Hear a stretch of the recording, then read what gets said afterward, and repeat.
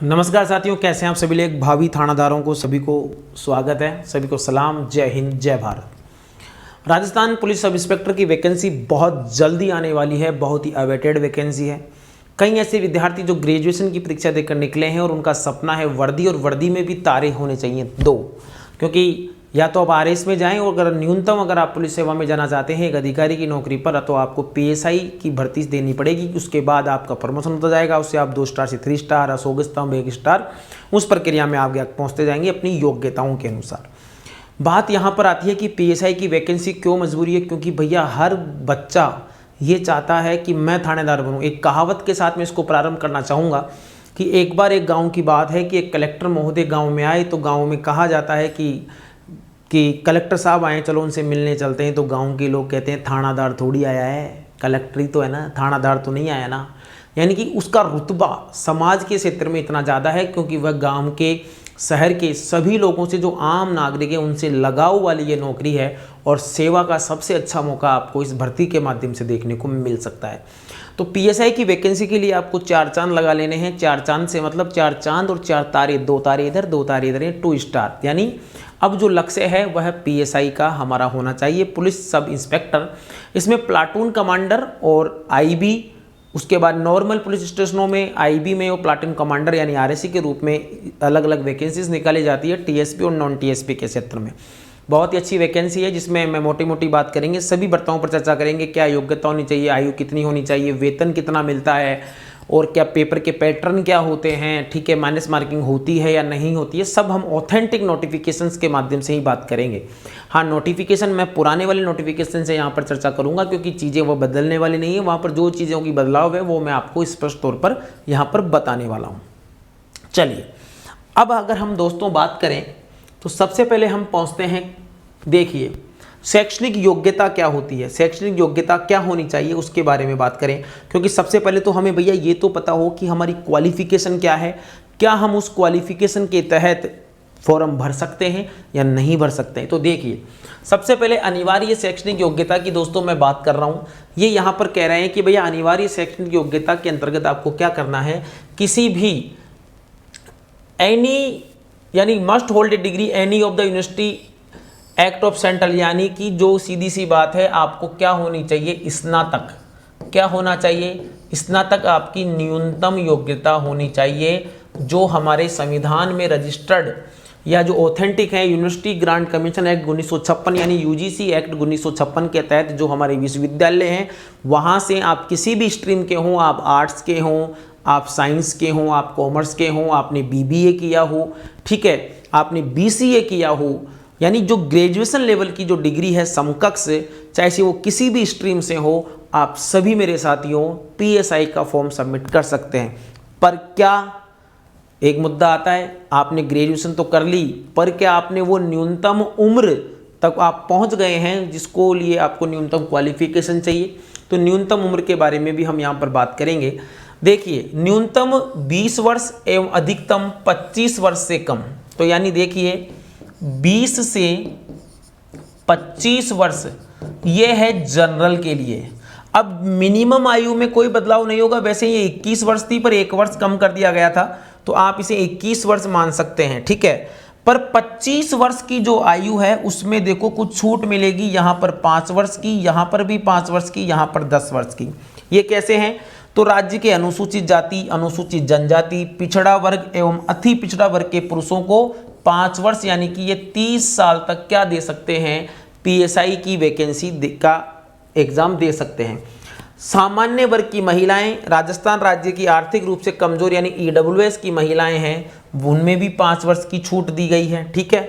राजस्थान राज्य की अनुसूचित जनजाति पिछड़ा एवं विशेष पिछड़ा वर्ग के राजस्थान राज्य की, ठीक है, यहाँ पर जो पिछड़ा वर्ग की महिलाएं उन्हें 10 वर्ष की छूट दी जाएंगी, ठीक है।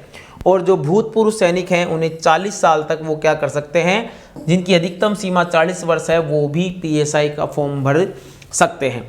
तो यानी यहाँ पर ये दो बात निकल कर आई है कि एक तो अगर शिक्षा के रूप में अगर बात की जाए तो आपकी किसी भी यूनिवर्सिटी से न्यूनतम स्नातक की डिग्री आपके पास होनी चाहिए, 21 साल आपकी उम्र होनी चाहिए। 21 से 25 के बीच में जनरल कैटेगरी के पुरुष फॉर्म भर सकते हैं 25 साल तक। अगर जनरल कैटेगरी के बंदों ने ईडब्ल्यूएस लगाया हुआ है, ईडब्ल्यूएस का सर्टिफिकेट बनाया हुआ है, तो वो 30 साल तक भर सकते हैं। एसटी, एससी, ओबीसी के पुरुष भी 30 वर्ष तक। अगर एससी, एसटी, ओबीसी इनकी महिलाएं हैं तो वो 10 वर्ष की छूट मिलेगी। और भूतपूर्व सैनिकों को मेरे साथियों 40 वर्ष अधिकतम आयु तक ही आप पीएसआई का एग्जाम दे सकते हैं। तो योग्यताओं के बारे में बात करें, चाहे से उम्र की योग्यता हो, चाहे शैक्षणिक योग्यता हो, उन सब के बारे में यहाँ पर क्या दी जाती है दोस्तों, बात कर ली जाती है, जो मैं आपको यहाँ पर बता देता हूँ। इसी के साथ अगर हम यहाँ पर चर्चा करें, इसी के साथ दोस्तों हम यहाँ पर बात करें, तो आपको एक बात बिल्कुल अच्छे से पता होनी चाहिए।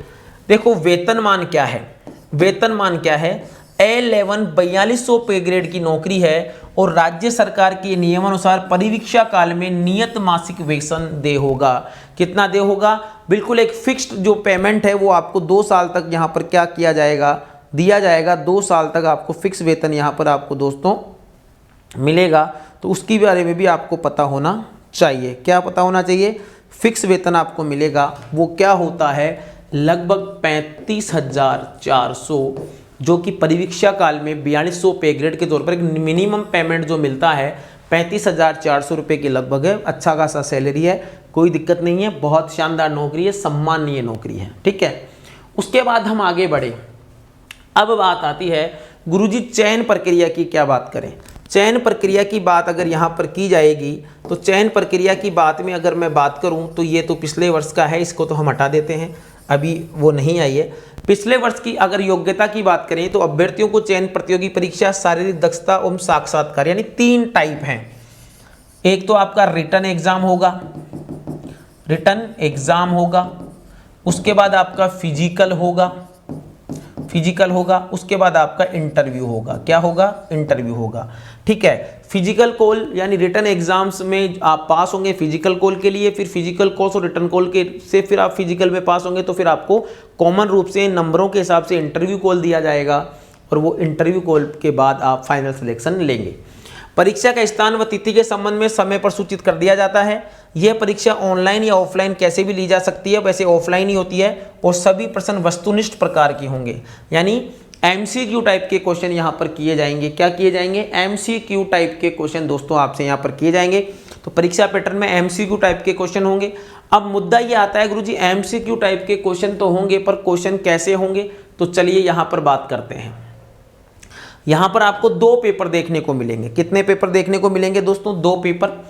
एक पेपर होगा आपका जनरल हिंदी का, एक पेपर होगा आपका general knowledge and general science का पेपर होगा। General knowledge and general science का पेपर होगा। इसमें 2 घंटे का पेपर ये होगा, 2 घंटे का पेपर ये होगा, 200 मार्क्स होंगे। इसमें भी 100 क्वेश्चन होंगे, इसमें भी 100 क्वेश्चन होंगे। ठीक है, दोनों में पास होना जरूरी है। यहाँ पर एक जो मुख्य बात है वो याद रखिएगा, candidate who obtain 36% of marks in each paper and 40% in aggregate, यानी कि आपको इसमें भी 36 नंबर लाने जरूरी है, यानी 36 क्वेश्चन आपके सही होने जरूरी हैं। यहाँ पर भी 36 क्वेश्चन सही होने जरूरी हैं, याद रखिएगा। एग्रीगेट 36% और दोनों का मिलाकर आपको 40% पासिंग मार्क्स लाना जरूरी है, तभी ही आप आगे बढ़ पाएंगे, नहीं तो आप डिस्क्वालीफाई हो जाएंगे रिटन एग्जाम के भीतर ही। यानी पहले पेपर में भी 36%, दूसरे में भी 36% मिनिमम और दोनों को मिला के जो आपके नंबर आए, यानी 400 में से 40% चौकू 16, यानी कि 160 नंबर तो दोस्तों आपके आने ही चाहिए, नहीं तो आप क्या हो जाएंगे मेरे लालाओं, शहीद होने की स्थिति में पहुंच जाएंगे। ठीक है, बिल्कुल अच्छे से याद रखिएगा। माइनस मार्किंग की बात करें तो बिल्कुल यहाँ पर नेगेटिव मार्किंग भी है, यहाँ पर नेगेटिव मार्किंग भी है जो है 1/3, यानी 3% गलत होने पर आपका 1 सही प्रश्न काट लिया जाएगा। तो यहाँ पर आपको नेगेटिव मार्किंग भी देखने को मिलेगी मेरे नौजवान साथियों। ठीक है, ओके, वेरी गुड। यहाँ पर कुछ शारीरिक योग्यता के बारे में बात करें तो देखिए, आप सबसे मेजर बात भाई लंबी कूद होगी, 100 मीटर की दौड़ होगी, वो सब बाद की बातें हैं। पर पहले क्या आप इतने लंबे हैं या आपका सीना उतना है कि आप नॉर्मल क्वालिफिकेशन पास कर सकें फिजिकल की। तो देखिए, पुरुषों के लिए 168 सेंटीमीटर की ऊंचाई होना जरूरी है। कितने सेंटीमीटर की, 168 सेंटीमीटर की ऊंचाई होना जरूरी है। सीना बिना फुलाएं, सीना बिना फुलाए आपका 81 होना चाहिए और फुलाने के बाद 86 होना चाहिए, यानी न्यूनतम 5 सेंटीमीटर आपका सीना फूलना चाहिए। ठीक है। पहाड़ी तथा जनजाति के लोगों को आयु इसमें लंबाई में छूट दी गई है, सीने में भी छूट दी गई है।